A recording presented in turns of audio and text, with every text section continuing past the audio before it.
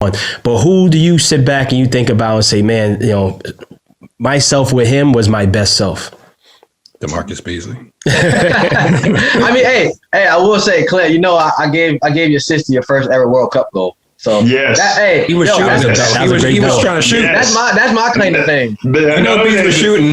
That's my claim to fame.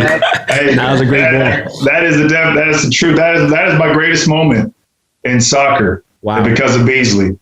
That's real right there.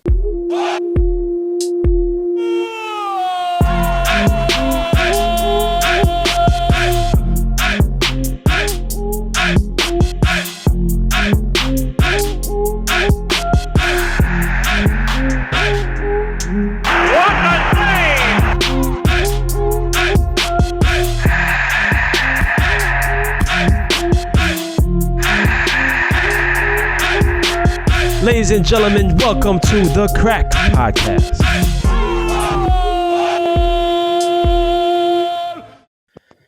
Ladies and gentlemen, welcome to the Crack Podcast. I'm so glad to be here with Damarcus Beasley. I am Mabricio Mookie Wilson, and we have the scholar, Mr. Clemson Oguchi Onyewu. How you feeling, fellas? What's up, people? All good. Listen, Gusta wants to talk about it, but I just want to kind of reiterate how proud we are of you going back to finish up your degree. And recently you walked on the stage with the mask on at Clemson. How did it feel, my brother? It was, obviously it was great to be there with my parents. I wanted to do it in December, but nobody felt real comfortable. So we opted to walk in May, but it was great to be back on campus. Obviously, a lot of things has changed in 20 years, but it was great. The ceremony was wonderful, and I think it was a really good present to my family, to my parents, who I promised 19 years ago to complete my degree when I left school. So, it was great. Clemson's been awesome.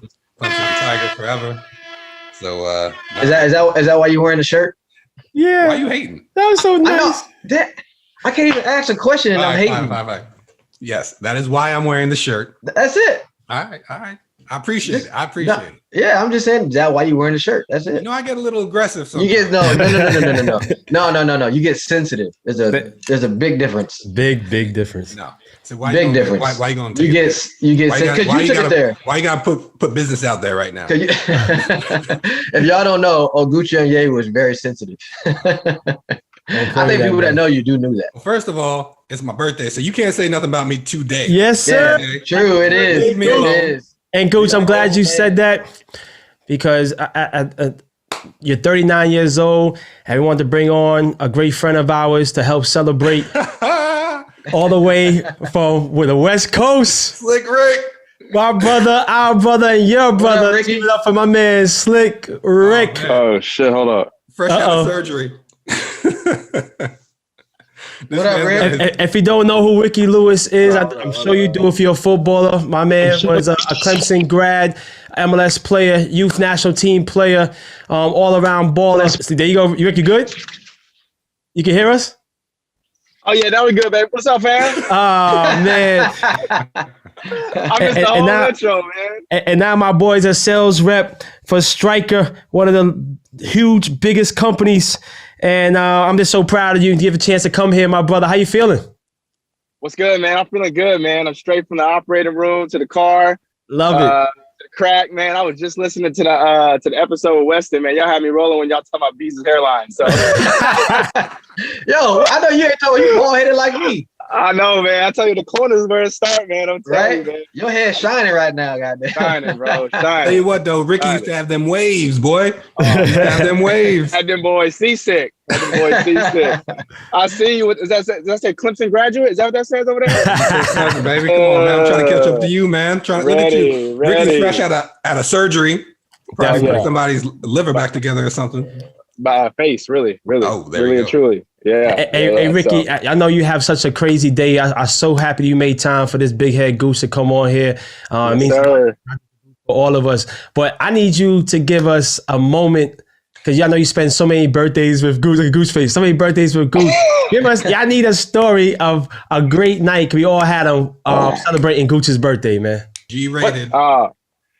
G rated or PG? Say what you want. Rated R. It's the crack. It's the crack. I heard this is the crack. So at least PG-13. No, go for it. Go for it.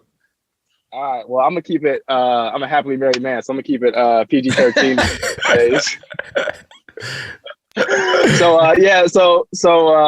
So one year we've had many birthdays, and gosh, I can't even tell you how many nights out. But one night in particular stands out. 11 years ago, 2010 in Milan. Ooh. And Gucci already knows where I'm going with this. I'm in Milan. I fly over, hang out with my homie for a week. And he's like, hey man, we're going to a house party tonight. I'm like, okay, cool. A little barbecue, 5 o'clock start, whatever, cool. So we pull up, and I mean, this is a massive palace, right? They got people parking cars. I'm like, man, Gucci, where we at? He just got this little smile, He can't wait to show me what's going down. So we walk in the house, and I still don't really know what's going on. I see people walking into the house, and we're getting escorted down to the basement floor, which was like a nightclub. And the first person I see running around the house was Ronaldinho. Wow. And I look at Gooch, and I said, boy, where are we at? I never forget, Mook. There was a sign on the top that said, welcome to Avatar World. And I was welcome like, golly. And I see Lucio, I see all these different, world-class footballers, girls, models. I mean, it was insane. Yeah, so cut it off right there. That's good. That's it. We both happy right now in our relationship. Let's just snip it right there. Come on, man. We talk about 11 years ago, Goose. Man, we get the first words out of Ricky's mouth was, "I'm a happily married man." We preface it with that. So, if you don't know, Ricky's a girl dad. He has 3 beautiful daughters who already look like they're gonna be better footballers than you, Ricky. Yeah, for real. B and my wife, man. I got 3 pistols at the house. So. boy. I don't wish that. B's a girl dad too. Yes. Yeah. But he ain't 3 times. Yeah, deep, man. But Ricky, one thing I love I'm so proud of you is not only that you're a great footballer, but you transition, off the field to be such a stud and a success at a huge company like Stryker.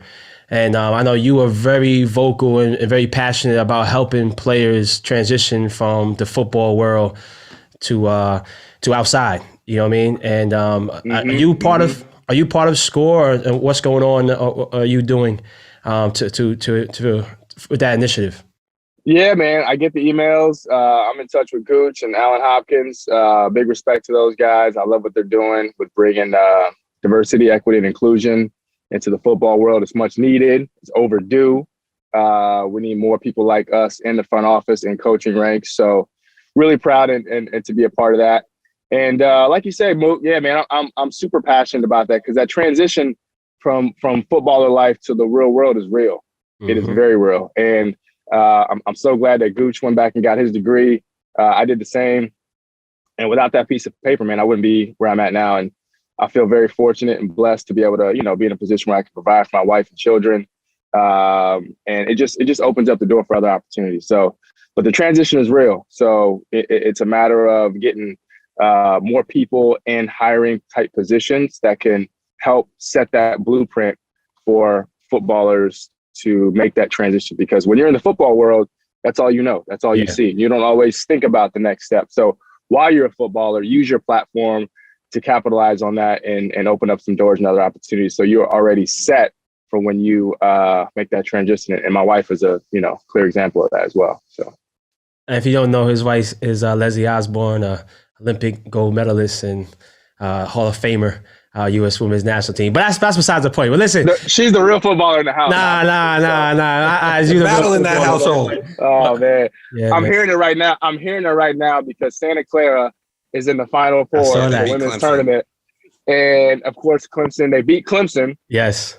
And I mean, the amount of shit that I got to hear in the house. I'm sorry for cursing. But now my nanny, our nanny, our first and second string nannies are both on the women's soccer team at Santa Clara. Wow. So everybody in my house has been to a Final Four except for me. For you. So as you can imagine, I got to hear it all the time, man. So wait, can you explain this first string and second string nanny? What is that? Oh yeah. That's money, Bees. That's money, Bees. That's money.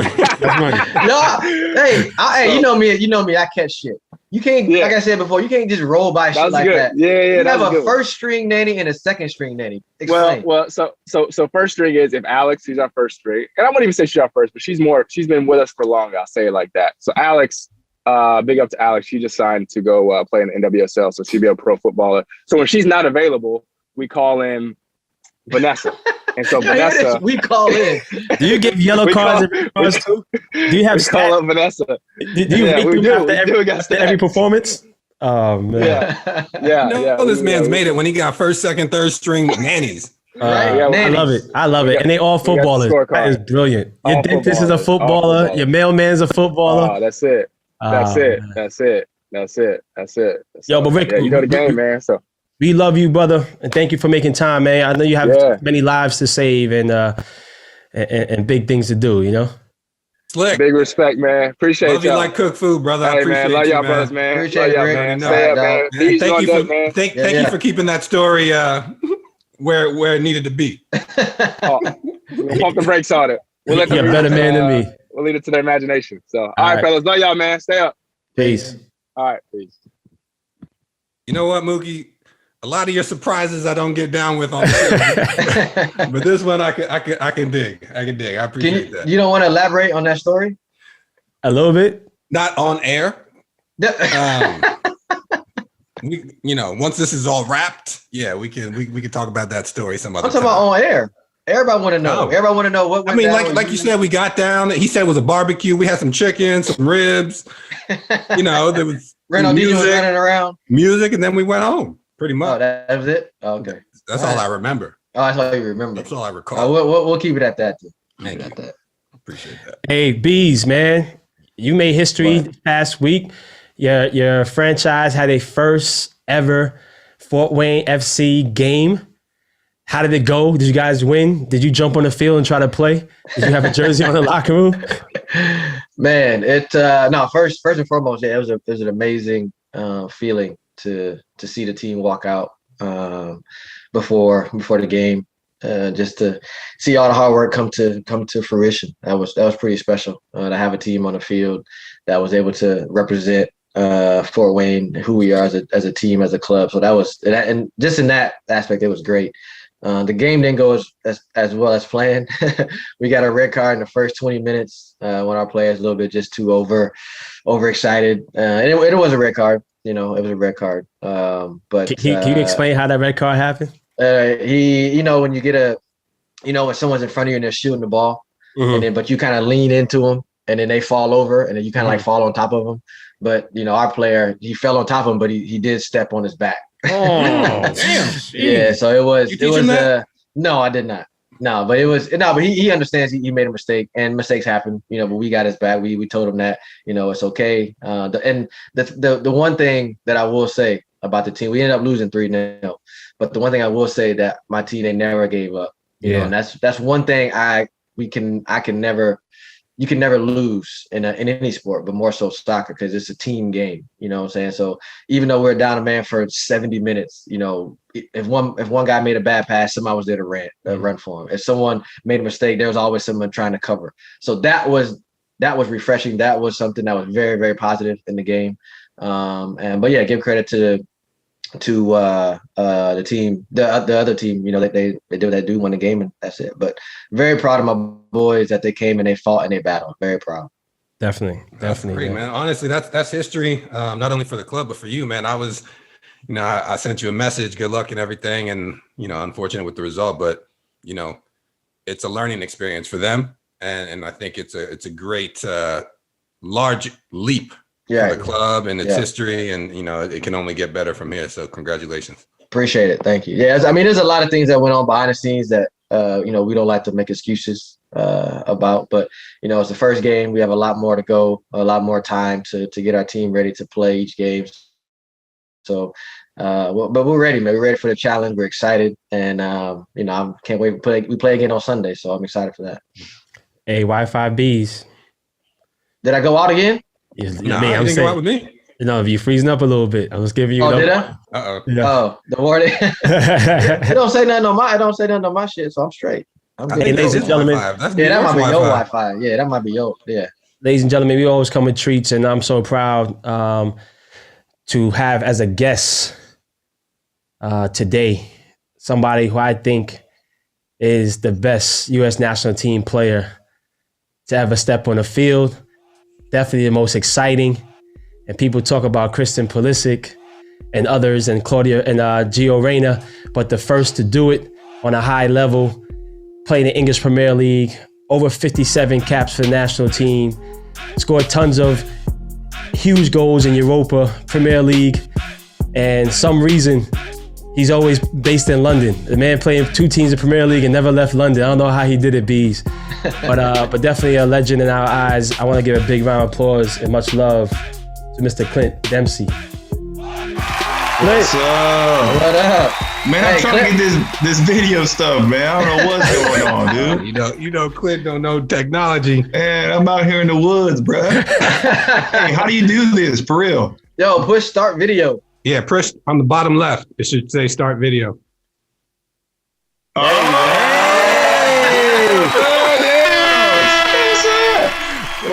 Look at Lumberjack. What's up? How y'all been?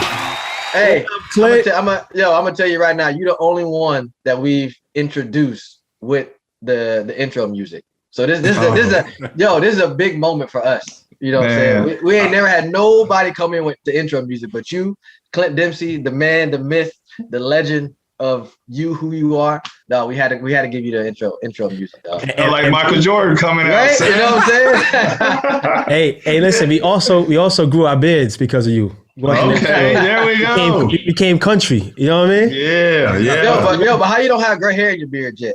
Man, I do. Got a little close, but hey, you dying your shit, ain't you? He dying that joint. You know he dying it. You know he dying it. No, man. How you feeling, baby? I'm feeling good, man. How y'all doing? You know, a year older, chilling, wiser, all that. Today is Gooch's birthday. Today's your birthday? Hey, happy birthday, bro. It's your present right here. Respect. I finally came through. Yeah, straight up. I said, I need Clint on my birthday. Ain't nobody seen her. This man's been ducking and dodging. We got to get him on the show. I was like the Matrix, bro. Podcast. You can miss me with that. Yo, hey, Clint, before we start, real talk, how many interview requests have you had since you retired? Just give us a ball. Really not that many. To be honest with you, not that many. I mean, a legitimate interview stuff. I mean, it hasn't been that many. Yeah. This man turned like off 4 or 5. What's up? He turned off his phone. That's why. Nobody can catch me, bro. I'm in the woods and no cell phone service. That's what's up. New phone. So Clint, man, like again, you know, we so honored and we had to do it on Gooch's birthday to have you here, my brother, because not only you're a phenomenal player, but you know, we all love you as a friend and them guys as teammates and then me as a fan. You know what I mean? I think first thing you want to know, where the hell are you right now? I'm in North Carolina, bro. My wife is from this area, near Pinehurst. Pinehurst. Wow. Yeah. And that's closest to what big city? Raleigh. Okay. So if you're gonna fly in, be RDU. Got you. And what brought you there? How'd you end up in that neck of the woods? Well, my wife kind of followed me around with what I did for a living. I always kind of said, you know what, we'll kind of get back to where you're from. Beautiful. Since you made the sacrifice to follow me around. And, you know, I'm happy to be here. It's similar to what it was like growing up in Texas. It's real green, a lot of woods, nice. A lot of lakes. And it's not too far from Texas. It's a short flight. And, you know, it's kind of like, it's always kind of felt like a home here because that's where we, after we got married, we had a place that we kind of kept all of our stuff. And only in the summertime, as all the guys know, with playing in Europe, you only get a few weeks off every year. And that's kind of where I'd hang my hat. So it kind of made sense. North Carolina? What's up? You'd always go back to North Carolina on the off season? Yes, sir. Nice.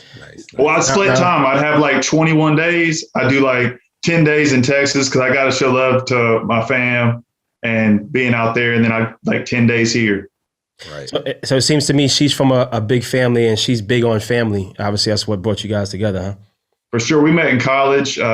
She's from a family of 4. I'm from a family of 5. And then now Now we have 5 kids. So it's like, that's dope. It's like stepping on an ant bed. That's what my life is like. That's where them gray hairs came from. For real.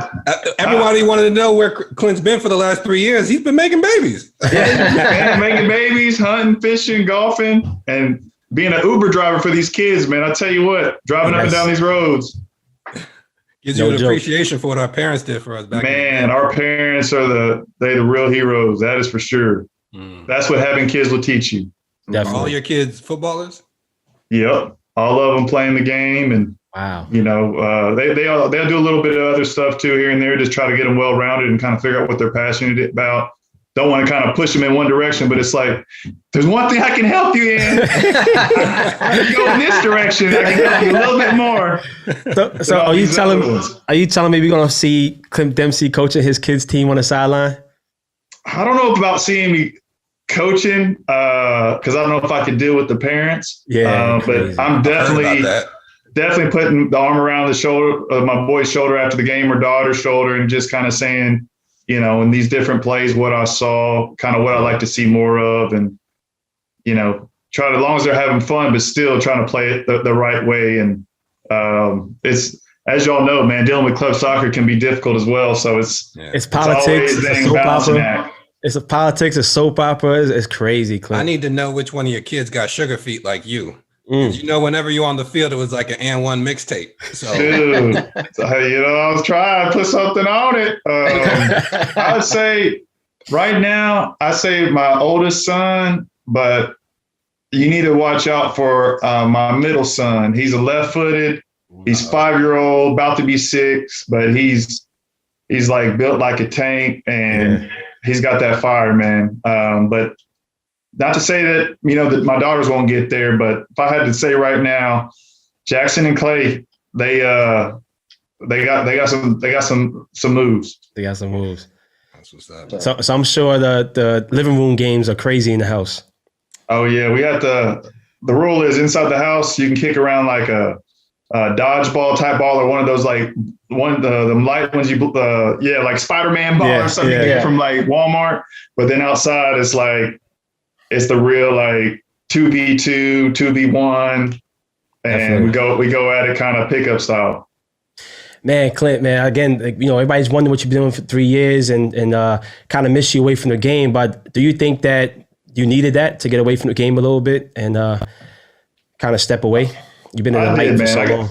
I got burned out dealing with those 2 heart procedures, and then being able to come back and play. How are you feeling with all that? I feel good, man. Thanks for asking. I mean, it was not life threatening what I had. It was just kind of career threatening, and also I felt like I couldn't go at 100%. And I don't know if it was mentally or if it just what my body was telling me. I felt like I was kind of stuck in a certain gear. You couldn't push it as hard as I could before. Right. And it's almost felt like being on a bicycle, you can't put it into that next gear on a mountain bike or something like that. So having that with, I don't know, you dealing with some of the politics sides of the game, dealing with, you know, your body getting, you know, older and more difficult to bounce back and the grind of it, which all of you guys, you know, everything about that. It wasn't as enjoyable, and it was just good to take a step back and just do things that I enjoyed doing that during, you know, playing for club and country, you don't have much time to do some of the things that you would enjoy outside of the game, because it's to keep going and operate on that high level. It's kind of like you got to be all in. So definitely. Yeah. Hey, Clint. Important. Sorry, go ahead, Beasley. No, I was just gonna ask, was it tough when you kind of figured out like, okay, you know, I need to stop? I mean, was it tough kind of realizing that you had to stop, or is it more so, okay, I need to do it, I'm okay with it because, you know, I need to look out for my well-being and my body and my, you know, obviously for my family too. But did you feel a certain way when you said, okay, I got to stop, or it was kind of smooth sailing? It was smooth in the sense that I already had to look at myself in the mirror when I was getting that procedure done, and was I going to be able to bounce back? And then I had it happen again where I needed to get the procedure because the problem wasn't fixed. So there was always there kind of lingering. And then even me coming back, that second to last year before I finished, I ended up having a productive season and We were able to make that run, get to the finals. We unfortunately weren't able to win it in Toronto. But by having looked at it then, that was all a bonus year, man. That was all icing on the cake to me in a sense. Wow. So when it was time to step away, it was kind of, and you know me, man, I've never been the one that's been like, man, I need to let everybody know I'm going to step away. We need to have this like last hurrah. Like, I don't need anybody to treat me any different than how you treat me. Wasn't your post like deuces or something like that? So, yeah, it's like, man, it's like, it's been real. Like, thank you for everything, but I don't need any fake love. Appreciate the people who rode with me during it. I remember y'all. We had a great time, but I was never that type of person that felt like I needed to do this last go around and soak it all in. I mean, it was fun. I enjoyed it. The memories speak for themselves. What I like what you said earlier, like, first of all, you're a legend, right? You know that. You don't got to say it. Yeah, y'all legends, man. Damn. You've done some big things, right? You've achieved a lot. But what caught my ears most was when you said I was burnt out, and a lot of fans, a lot of people outside of this circle, they only see the games, they only watching, they don't understand the dynamics that all the factors that play in, the travel, the family, the games, your body, injuries, politics. How much fun are you having? Like, yeah, like, I'm sure especially for you, because I remember early days watching you play, and I'm like, this man really just thinks he's on the blacktop just doing moves on the field, right? And for me, I was like, he's having fun. This is what he likes doing, right? And then at a certain point when it's not fun anymore, then you're just like, what am I doing this for, right? And that was really important, that what you said, you knew what time it was. You knew it was, you could probably physically push yourself one more year, but you're just like, is it worth it? And also it's a motivation out there. You know what I mean? We didn't qualify for the World Cup. What was there left to play for? Yeah, try to win an MLS Cup, but no offense to MLS and people trying to do that. That just, the World Cup out there it's just, that's the biggest stage possible. And when we didn't qualify, it was kind of, dang, what's out there? What's there left to kind of to chase in a sense? And, you still want to like finish strong and all that stuff. But, when you got a big fight, if you were a fighter or us playing in big games and chance for big tournaments, when you got something that gets you up and like keeps you that motivated and it's out there hanging and it's up there for the grabs and you don't have that, I think it's tough, man. And I agree with that. And that was one of the reasons why I retired. You know what I'm saying? And I was very vocal about my retirement when I left Houston. It wasn't, physically I could have played one more year. You know what I'm saying? But for me, it's literally exactly what you said. The motivation of, us not having a good season after season after season. Like, what else? What else is it? I was literally getting up and like, man, what am I playing for? And I didn't want to cheat myself. I didn't want to cheat the game. I didn't want to cheat nobody else. So y'all know me. I was always the guy I'm going to work hard. I'm going to do what I got to do for the team to make the team win. And I kind of lost that a little bit. You know what I'm saying? Because I was like, we're losing every single game. We weren't make the playoffs. It was just, motivation for me to keep going for another year just to, pick up a paycheck. That ain't me. You know what I'm saying? So that's why I stepped away. But I can relate to that because my motivation just went down the drain. That's why I stopped. Yeah. So Clint, why take up a spot of someone else that can come in and young and hungry and give them an opportunity? Like we've done it. We lived it. It was great. Like it's all about the youth coming up. Yep, you're right. So now that we've done it and you've stepped away, have you ever missed it in these last 3 years? The only thing I miss is the games, the energy of the stadiums, the like looking at your teammates before you go into that tunnel. And when you step on that field and you get them goosebumps and like this is what you dreamed about as a kid. That's the only thing I miss. Right. Hey, when you were in the game, when you knew you were having a good game, what is it like to be Clint Dempsey? When you was on the field and everything, no, seriously, I know we laughing and shit about it. But when you were in your zone, when you felt, basically unstoppable, because sometimes you were you're unplayable. What did that feel like? Was it more so just because, you were making every pass or every move was coming off, obviously scoring goals is a big part of, that. But, what was it like when Clint Dempsey was at the top of the top level playing scorer, his confidence level was through the roof? What did that feel like? I would say it's probably how y'all felt when playing in the big games. You're doing well, like being in the semifinals of Champions League, playing with PSV, playing on those big nights, big occasions. Goose playing in Europe with Standard Liège, big games with AC Milan. Like when things are going good, man, and you're playing well, and the team's doing your thing, and you're playing against great. There's no better feeling. There's no better nights. To me, you know what I mean? It's like you're living it. Yeah. Well, speaking about those nights, Clint, what about the night in Old Trafford when you scored the game winner, where Tottenham hasn't beaten Manchester United in 23 years? That stadium was packed. You're in the opposing stadium. Like B said, your big kahunas, your big balls to step up.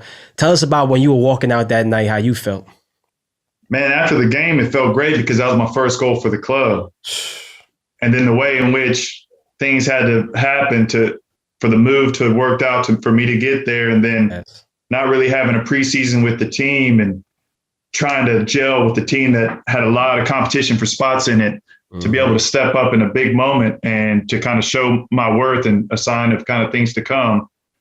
It felt real good, man. It felt, okay, let's get this wave going, because just like, Bees will tell you, anytime you get a goal, man, or you have a good game, Gooch as well, like get a shutout, you get this wave going, you get this kind of rhythm, and you don't want to fall off that. And then when you do, you got to catch the next wave. So it's always about staying on the wave. And anytime you can find a moment that gives you that like boost, you got to try to ride it and take it as far as you can to make sure you have a good year, because it's always about making the most of every season and putting yourself in a position to take care of your family well. I mean, it seems sometimes that you have no fear, but obviously you're a human being, right?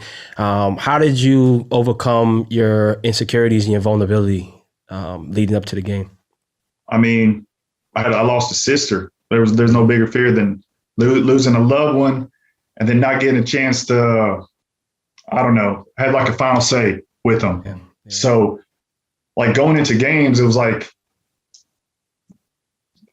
just control what you can control. That's the amount of work you put into the game and leaving it all out there and knowing that the work that you put in got you prepared for that situation. And whatever's going to happen is going to happen. So there was no fear. Like, I guess the only fear would be not take advantage of the moment. But it's still, at the end of the day, it wasn't going to be harder than anything I ever dealt with before. So put things into perspective and what you've dealt with on your personal side. Yeah. That's great, man. Man, that's huge, man. And how do you, obviously, like, you having kids now and losing a sister, how do you keep her legacy alive within the family and talking about her and stuff like that? I mean, my oldest daughter, her middle name is Spring. My sister's middle name was Spring. Beautiful. And, we show them pictures. We go back to visit Texas. We go see the tomb, the gravestone, and leave flowers, and just kind of remind them life is short, make the most of it. And it makes you kiss your babies more. Yes. And be thankful. Definitely. Amen. Definitely. And give flowers when it's due. When you see people, I think that's the biggest thing I learned from death, right? And losing people close to you. You see somebody, tell them you love them if you love them, and tell them how you feel, and don't hold back from that. I want to speak a little bit about your tandems and your partners that you had as strikers throughout your career. I mean, you had some amazing people to play with. People like Jermaine Defoe, people like Martins, people like Eddie Johnson. I mean, we can go on and on. But who do you sit back and you think about and say, man, myself with him was my best self? Damarcus Beasley. I mean, hey, I will say, Clint, I gave your sister your first ever World Cup goal. So yes, he was shooting. He was trying to shoot. Yes. That's my claim to fame. Bees was shooting. Bees was shooting. That's my claim to fame. Hey, that was a great ball. That is the truth. That is my greatest moment in soccer. Wow. Because of Beasley. That's real right there. Because I mean, I always dream about playing in the World Cup, being able to score a goal, and to have from a player who I looked up to and got a chance to play against and I mean, Martins is the player in terms of who I played with, having that chemistry. But going back to the B story was like, first time I played against them. Yeah. I knew you were going to What happened? What happened? They were winning 3-0 or 2. I think they're, I don't know. Who you playing with? Like keeping possession. I was like, come on, show me what you And then he just he passed the ball and like laughed, but like I laughed, like laughing at myself, like, man, I know I'm tripping. Like, but at the same time, I want to test myself against the best. Yeah. And Bees was, the best in MLS. And he got his move to Europe and was able to do so well. And kind of Gooch was already over there. But like those guys motivated me to kind of, damn, that's the next level. I got to go to Europe, man. I got to get over here and see where it's at. But in terms of players, don't tell them about when Clemson had this deal with y'all against Furman, though. Don't tell them about that hurt, bro. That hurt. I see you wearing that shirt too, bro. We got I think y'all might have got a red card where a man down, and then y'all two red cards. Well, he makes it even worse. And then they ended up winning the game in overtime because I think you could score and the game's over. Yeah. And I think Luke Barber had slipped or something. Y'all went through, scored, and y'all were taking down photos on the scorecard. Disrespectful. Man, they were disrespectful, man. But we had some good battles there. A lot of people, well, nobody really knows you, but besides fans only see what you play. And Bees and myself, we played with you, and it's funny that you're bringing up the story about the first time you played against Bees when you were talking trash, right? That was hilarious. And I don't know if anybody really knows the extent of when you're playing or training, the zone you're currently in. Like Bees ask you, what is it like to be Clint Dempsey?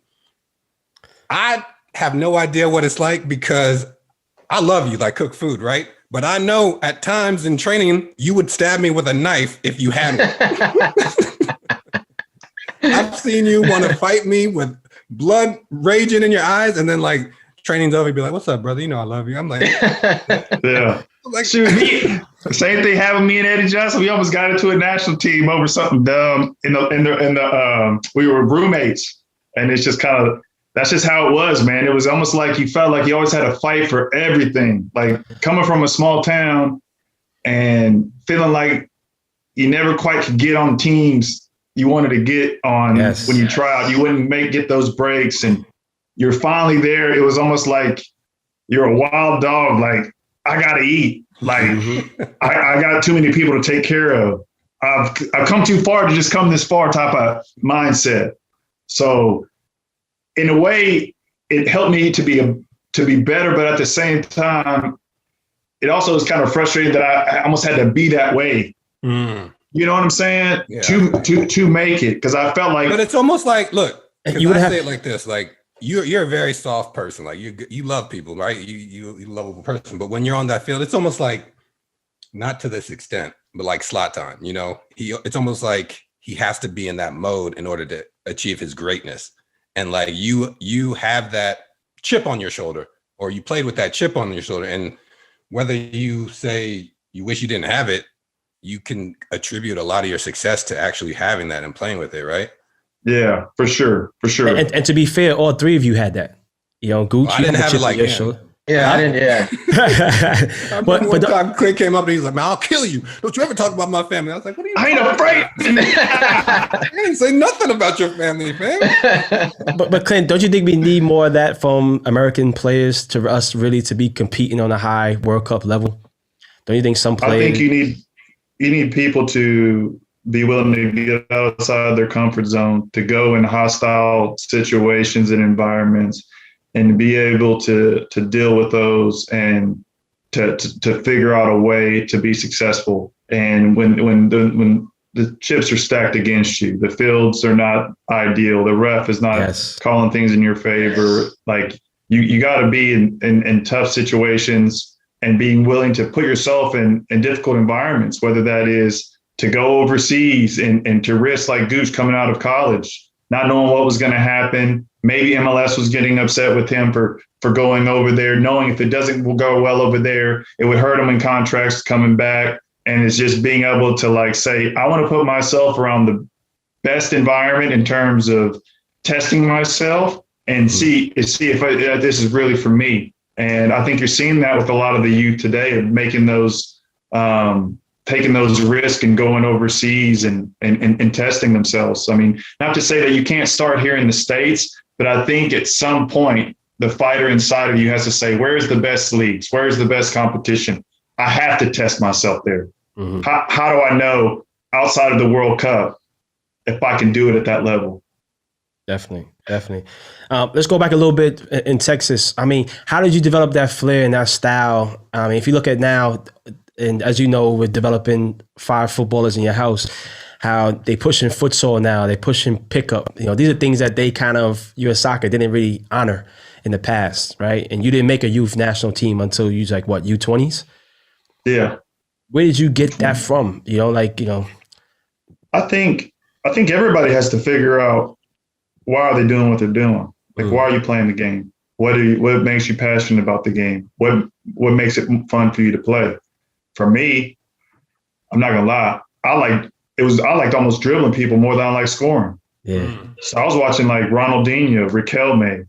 I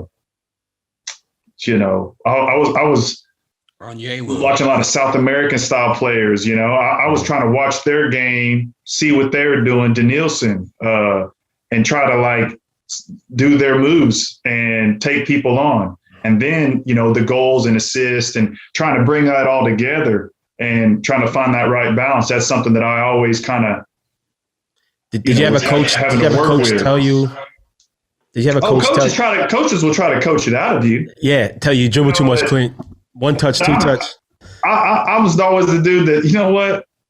If I'm going to fail, I'm going to adapt to what they're doing, but I'm going to fail doing what I love and how I do it. And if I succeed, and you know, if it works, mic drop right there. Mic drop. I wasn't going to say, let me listen to everything that you're saying, and if it still doesn't work out, I won't be able to sleep with myself at night. Yeah. Like, I gotta put my 2 cents. I have to put my flavor in this recipe. Otherwise, I'm not eating it. Like, I have to, like, play while I love the game. And if it doesn't work, it doesn't work. It wasn't meant to be. It's funny you say that, because we were talking the other day, and Mookie actually brought this up, and he said, you know what? Clint's style was before its time back when we were playing with the national team. Like, they weren't ready for that. Like, when you first got introduced, like, perhaps if you were in this current generation, everybody would be all over you in terms of like your originality, dribbling, you know, the kind of tricks and everything that you'd also try. I remember some of your first national team camps with Bruce, and you'd be trying your little tricks and flips, and everybody would be getting on you and be like, what the hell are you doing? Just play it simple. And like the next time you get the ball, you try it again. Yeah. You know, you're before your time. You know, it's just kind of one of those things, man. It's like, I'm not going to be the same as everybody. I have to be who I am. Gooch has to be Gooch. Bees has to be Bees. I mean, you have to do. Everybody has to adapt within a system. I understand keeping possession is going to make the other team have to run more, but there has to be certain points in the attacking third. If you're an attacking player, the right situations, you got to take somebody on and try something. Once you beat a player, it throws the game out of whack for them because one other player has to step to you. That means another player is going to be open. Then it's your decision. Your decision making after that is it, should I take someone on again? Should I do a give and go? Who's the next open person? Who am I bringing to make them be at a disadvantage? Mm-hmm. Yeah, you got to take a risk. Exactly. Otherwise, you're too predictable to play in front of. But if your team is that good that you can keep swinging it back and forth in the midfield all the way up to getting it to where you're going to cross the ball or cut it back, find somebody in the box. But we weren't that good to do that. You know what I'm saying? The truth. Yeah. I mean, we were pretty good, but we weren't that good. That's the truth. You know, so you had to have some wild cards in there. And even if you look at the best teams, I feel like they always have some wild cards there too. You have to have someone that can mix it up a little bit to throw them off, to throw them a punch that they weren't expecting. Yo, I gotta say, when you're speaking about when Mookie asked you about the best player you played with, yo, when you in Seattle, when you and Martins was playing, oh my goodness gracious, y'all ran the league. Sure. I mean, the way y'all beat you two players, y'all two beat teams, not just defense, the whole team by yourselves. The way y'all did ones and 1-2s, y'all always looked for each other. Y'all knew each other's runs. Y'all always, every time you looked up, you was finding Marcus. He was running. Every time he'd get the ball, then you'd do a 1-2, then y'all score a goal. Y'all in the opponent's half. The whole team didn't have to do nothing. Seattle was just looking back. Papa like was this, in there like, too, yo, though. y'all go ahead. Papa was sliding them through too. Don't sleep on Papa. Yeah. Well, I mean, we had a squad. We had a squad. Yeah, but y'all did. Going back to what Bees was saying, playing with Oba Martins was like pickup, man. Yeah. It was like I knew what he was going to do. He knew what I was going to do. We understood to be successful, we both had to be on. And for us to be successful would be a success for us to go there in the first place. Because you know there's pressure on you to succeed if you're coming in and you're being a DP. Straight up. You got to deliver. So it's like we had to have that conversation. Like, for this to work, bro, like we gonna have to do it, man. We're gonna have to make this happen and show everybody what's up. And it was kind of like after that conversation, man, it was like we all gonna eat. You know what I mean? Y'all up. And if they ask me who's the MVP, Oba. Yeah. Who needs to get Oba?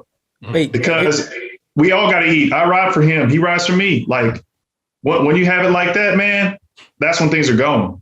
It was pretty. Was Martins in the top 25 MLS? He wasn't even mentioned. Players? Wow. Was he? I don't think he was. He wasn't even on the list, Gooch. Well, I think he was on the list. Was he on the list? I think he was on the list. I can't remember. It was a long time ago. But at the end of the day, does it matter if you're on the list or not on the list? No, not at all. Who's making the list? And if you got on it, like at the end of the day, like we know what the game's about. We know what we saw. We can appreciate the players. Everybody always is trying to make who's the best, who's the top this. But it's like, shoot, we saw it. We lived it. We experienced it. Whether you did it for this team, that team, what it was like over in Europe, like you don't have to put it on a list. Yeah. That's just how I look at it. And even though you said that, I'm still going to ask this question. Do you think you were better than Landon Donovan and what you did for U.S. Bruh. All I know is I did everything I could have done. I left it out there, bro. I left it out there. That's my opinion. People knew when it was game time. They looked over. They said, "He gonna show up. He's that pit. He went off the chain. He's going." Like I was going to leave it out there. Yeah. I'll say this. Landon, obviously, Clint came on the scene later in terms of his his aura, right? He was there, but he didn't get the recognition until later. Landon had that earlier, like when Beasley and Landon were in the national team young, and so it was like a lot earlier. I would say that the contribution in the latter half of their career, Clint wins hands down to U.S. soccer, to the country, national team, his career. His last 10 years, close to 10 years, 5 to 10 years. That's my opinion. Hey, Clint, but you got to be honest though. Did you wanted to break that record though? You tied, but you wanted to break that record.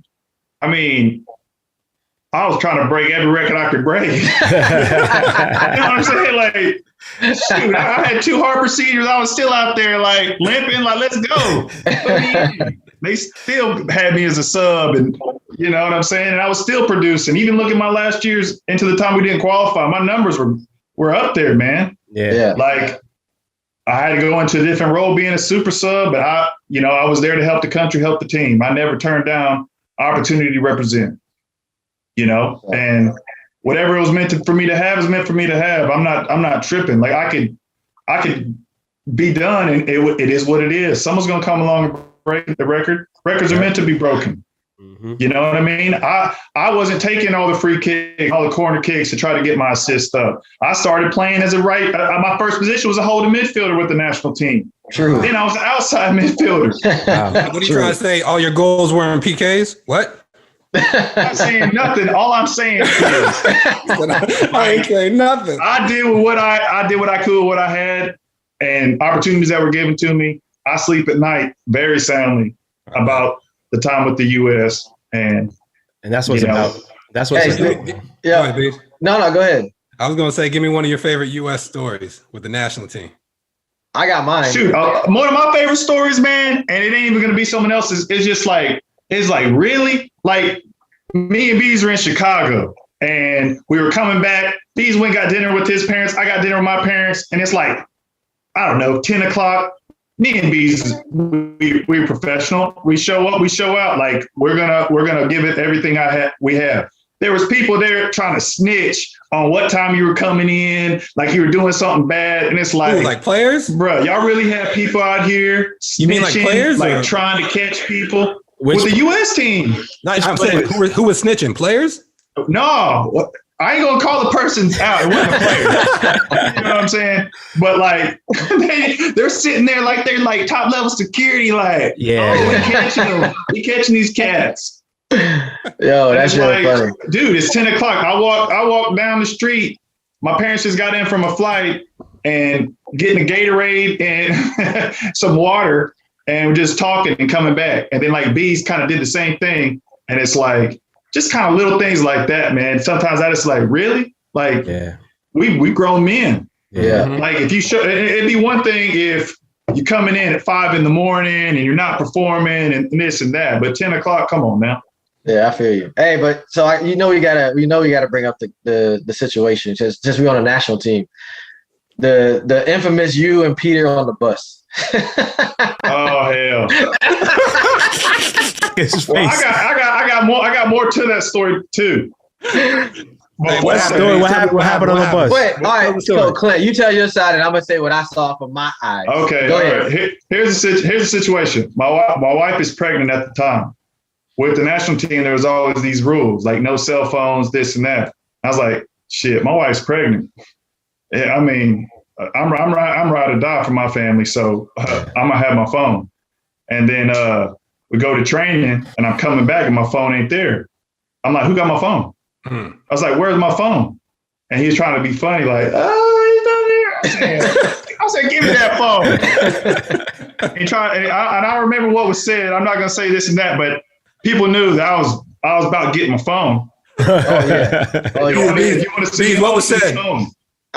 What was said? No, it was like, so I mean, Clint he paraphrased it, but it went on longer than just the one time. Because Clint was like, yo, give me my phone. And kind of, he was agitated but still cool in the beginning. He's like, yo, all right, give me my phone, my wife pregnant. And Peter was just like, nope, I'm gonna get your phone. He's like, yo, give me my phone. And Peter was like, no, I'm not giving you a phone. This one Clint guy, he's like, yo, give me my motherfucking phone. And then after that, you can see from the people in the back, you can see how heated he was because, Peter was trying to be all funny and trying to be, like Clint said, Mr. Security because you can't have phones. But this is real life. His wife is pregnant. So just in case something happened, he need to have his phone. No doubt. Peter just didn't see that. But just to clarify, he wasn't the one snitching in the story I was telling earlier. Right. He's the snitch. Me and Bees know who we're talking about. Yeah, I know who you're talking about. And I'll tell you Goose later. You already know too, probably. That's one of the many examples that Clint switches into Super Saiyan. Yeah. Hey, bro, Dragon Ball Z on him, dog.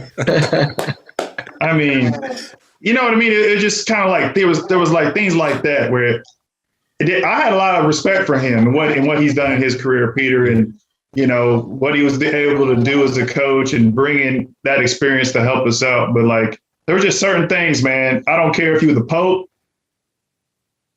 When it comes to my family and my wife and everybody being safe and healthy, that's one of the things I don't play about.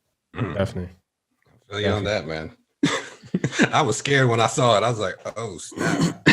Dude, what's crazy is before that, me and Charlie got into like this little like jokingly like wrestle match. Comes to find out, he was like a state champ or something. We did like wrestling. I'm like, oh damn, he's kind of good. We're like, oh damn, like and then like I was playing in that game. I ain't gonna lie, man. I had like a bruised rib, dude.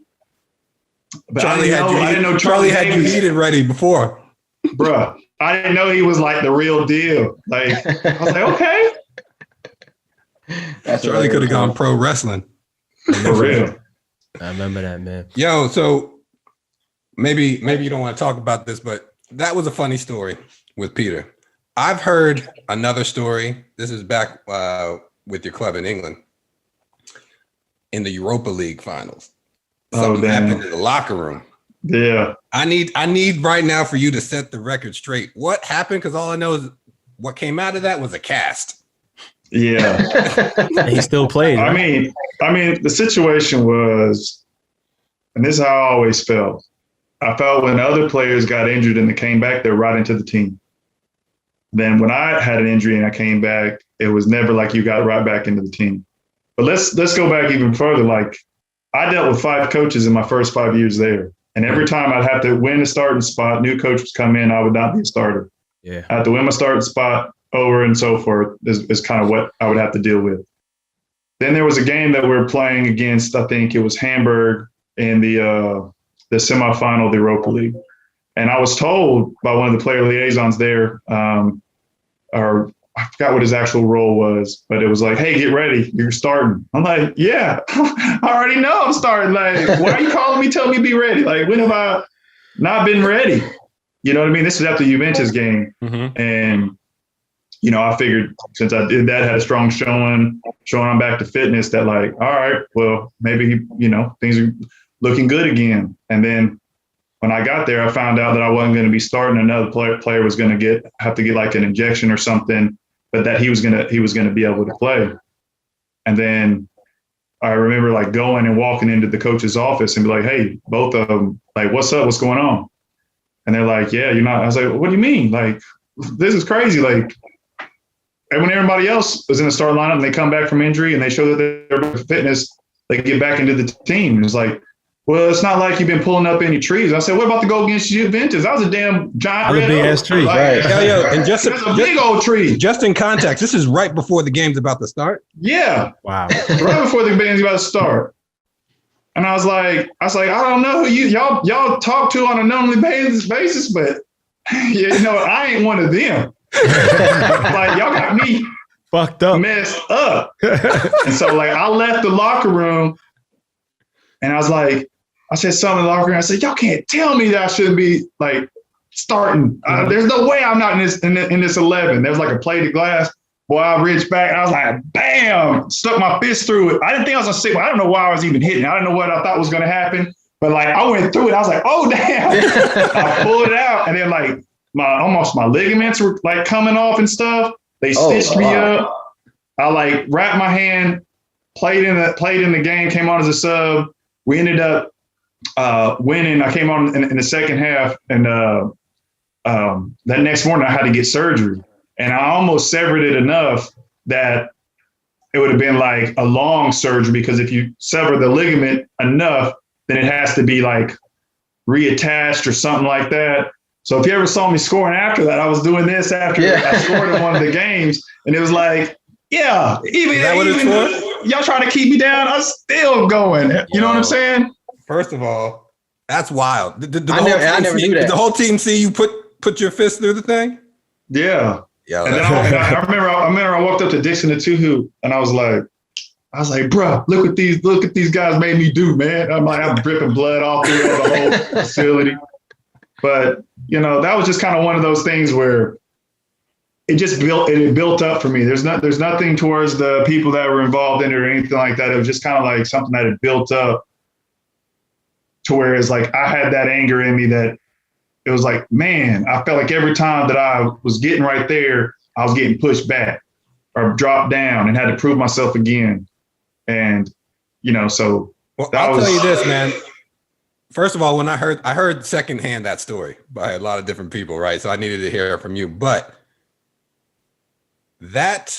what happened to you afterwards, and you played and whatever, that shows the respect they had for you, right? Because I know a lot of people, if that would have happened, you could have been like, yeah, pack your bags, transfer, you're done, right? Like, how much was that fine? I mean, I don't really remember. I just know that they knew how I was, and anybody who's been around me is kind of like, I'm real quick to anger, to blow up, but like they know in the end I run through a brick wall for you. Right. And I think it was kind of like, that's why I never talked about it. There was no need to talk about it. I mean, I had love for the club, and, you know, I wanted to help them be as successful as possible. And when I got a chance to get back out there, I kept playing and kept grinding and had to get back to proving yourself, you know. But it was kind of one of those moments where kind of emotions caught the best of you, and you realize that you're probably in the wrong. I mean, I was definitely in the wrong in the situation, but I had to let it out. Otherwise I was going to go crazy. So it was kind of like, it was a way for me to get almost to vent, to speak with somebody. That's I feel better after that situation. As to keep it in, it would have not been good. Hey, Clint, you think you might have needed therapy? Shoot, I might have had, man. Some days, man, I'll be happy, and some days I'll be like, man, I don't want to talk. Yeah, so, we all do. Hey, but Clint, I want to get back to you doing important things for that club. And obviously, everybody talks about 2010, you scoring that goal against Juventus, right? Amazing goal in Europa. But keep it real. That was a chip to the back post, wasn't it? I mean, for sure, dog. Like, no. You was passing that ball. No, you was passing that ball to the back post to the striker. I mean, I'm coming on the field. I'm trying to make something happen. I'm shooting straight up. 9 times out of 10, I told everybody I'm gonna miss it. Yeah. But if it is a pass, it's a bad damn pass. It ain't to nobody. You know what I'm saying? It's a dangerous pass regardless. That's what you're trying to say. But the crazy thing about that story, and maybe some people have heard it, was I was wearing Nike boots that I wasn't supposed to wear until the weekend. They were launching them. So I almost got someone like fired over wearing those shoes. Yeah. But I ended up scoring that goal. So he went from almost getting fired to almost getting a raise. You know what I'm saying? It wasn't supposed to happen like that. And I mean, I felt bad for putting the Nike guy in that situation, but that was me coming back from eight weeks of being out. And they were saying that it was worse than what it was. It was a PCL grade 1 or something where you had to keep your legs straight for like so many weeks and then kind of work your way back. Yeah. So anytime you see someone do that slide where they're on their knees celebrating, I'm always like, ooh, I hope they don't hit their shin too hard, because that's how you get that PCL. Yeah, wow.